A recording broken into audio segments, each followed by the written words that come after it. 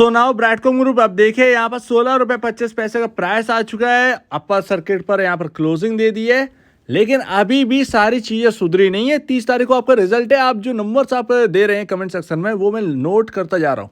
जिनको भी देना है कुछ अनुमान अपना दे दीजिएगा, मैं वो भी नोट कर लूँगा। देखते हैं किसका सही निकलता है। तो अभी देखिए यहाँ पर ना 16 रुपये 25 पैसे का प्राइस है, लेकिन अभी भी स्ट्रक्चर जो है वो पूरी तरीके से बिगड़ा हुआ है। जरा एएमओ ऑर्डर्स पर नजर मार लेते हैं। तो ऑलमोस्ट 24 लाख शेयर्स यहाँ पर जो है 31 ऑर्डर्स लगे हुए हैं एएमओ ऑर्डर के अंदर।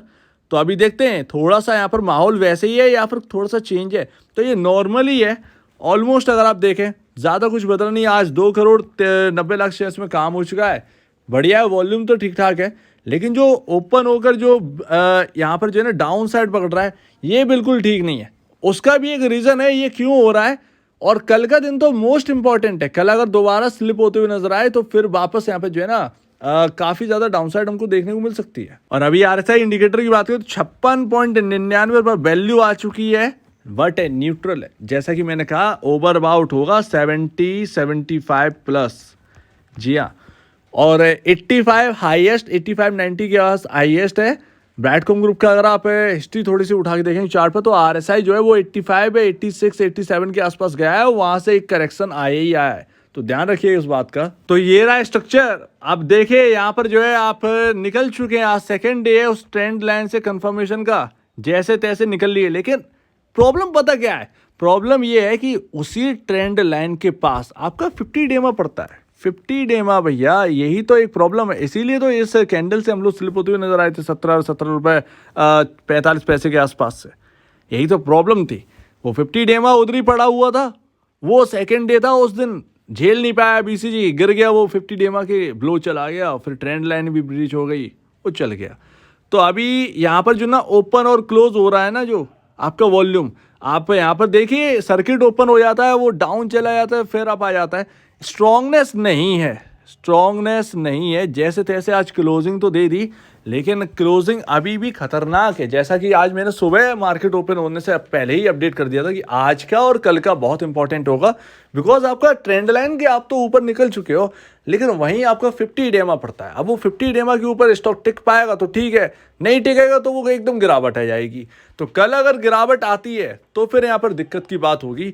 ऐसे में फिर यहाँ पर जो है ना 50 डेमा के ब्लो आ जाएंगे और यहाँ पर जो है वापस से यहाँ पर बिकवाली स्टार्ट हो जाएगी। फिर वो चाहे आप कुछ भी कह लीजिए, यहाँ पर रिजल्ट और बाकी वगैरह वगैरह डजेंट मैटर। रियलिटी यही होगी कि 50 डेमा के ऊपर स्टॉक टिक नहीं पा रहा है, बस। इससे ज़्यादा और कुछ यहाँ पर जो है ना बात कहने की ही नहीं है।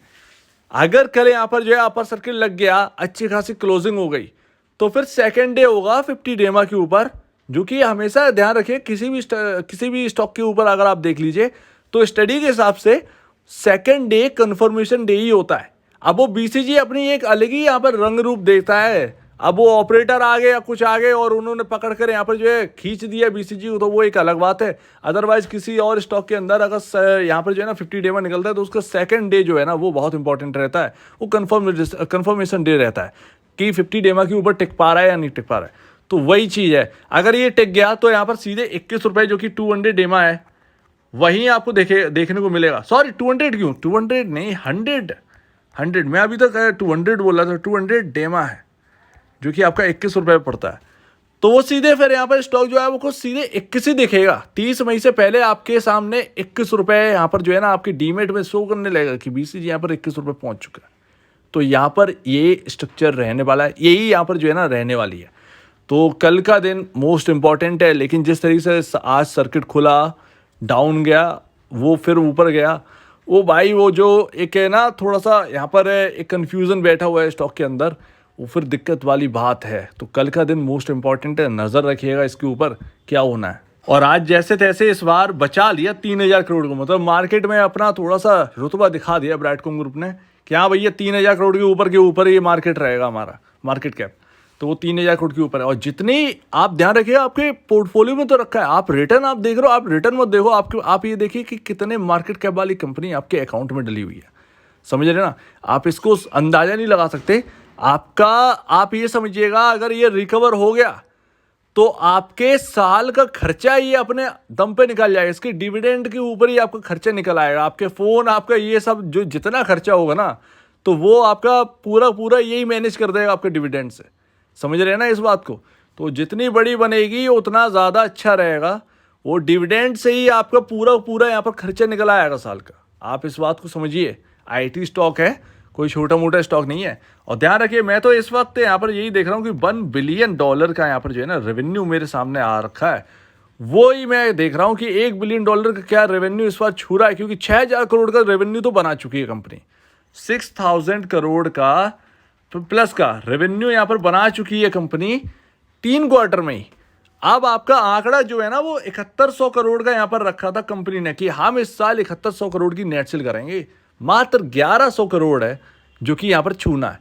क्या इस क्वार्टर में ब्राइटकॉम ग्रुप 1100 करोड़ भी नहीं ला पाएगा नेट सेल? भैया आप ध्यान रखिएगा, वो आपका जो है वो पॉसिबल है कि $1 बिलियन के आसपास का आपका रेवेन्यू इस साल का हो जाए। $8,000 क्या भाव चल रहा है, 82.63 या कुछ चल रहा है आपका।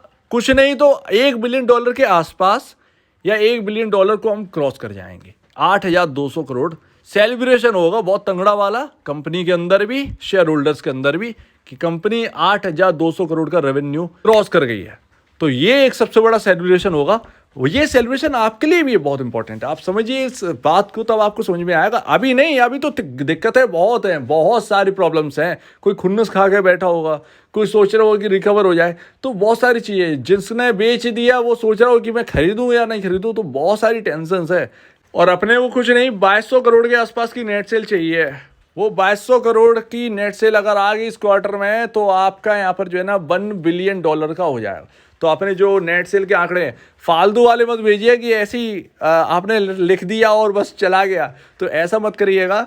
बहुत ही सोच समझ के भेजिएगा। क्या सोचकर आपने यहाँ पर जो है रेवेन्यू और प्रॉफिट का यहाँ पर जो अनुमान लगाया, वो लिखकर कमेंट सेक्शन में डालिएगा। फिर हम बात करें 30 मई को किसका प्रेडिक्शन सही निकलता है एक्चुअल में, तो देखेंगे।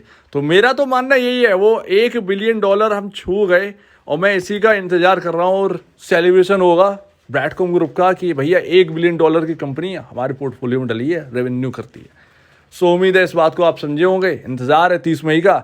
फिलहाल तो चीज़ें सही लग रही हैं। कल का दिन और जैसे तैसे कट जाए, वो ठीक ठाक क्लोजिंग मिल जाए, वो समझिए फिर कहीं ना कहीं नैया पार लगती हुई नजर आएगी। तो देखते हैं। तो आपका क्या कहना है इसके ऊपर कमेंट सेक्शन में कहिए। और अगर आपको वीडियो को प्रॉब्लम है, कुछ पूछना है, कुछ बताना, कुछ कहना है, तो प्लीज कमेंट सेक्शन में कहिए। और अब वीडियो देखने के लिए बहुत धन्यवाद दोस्तों।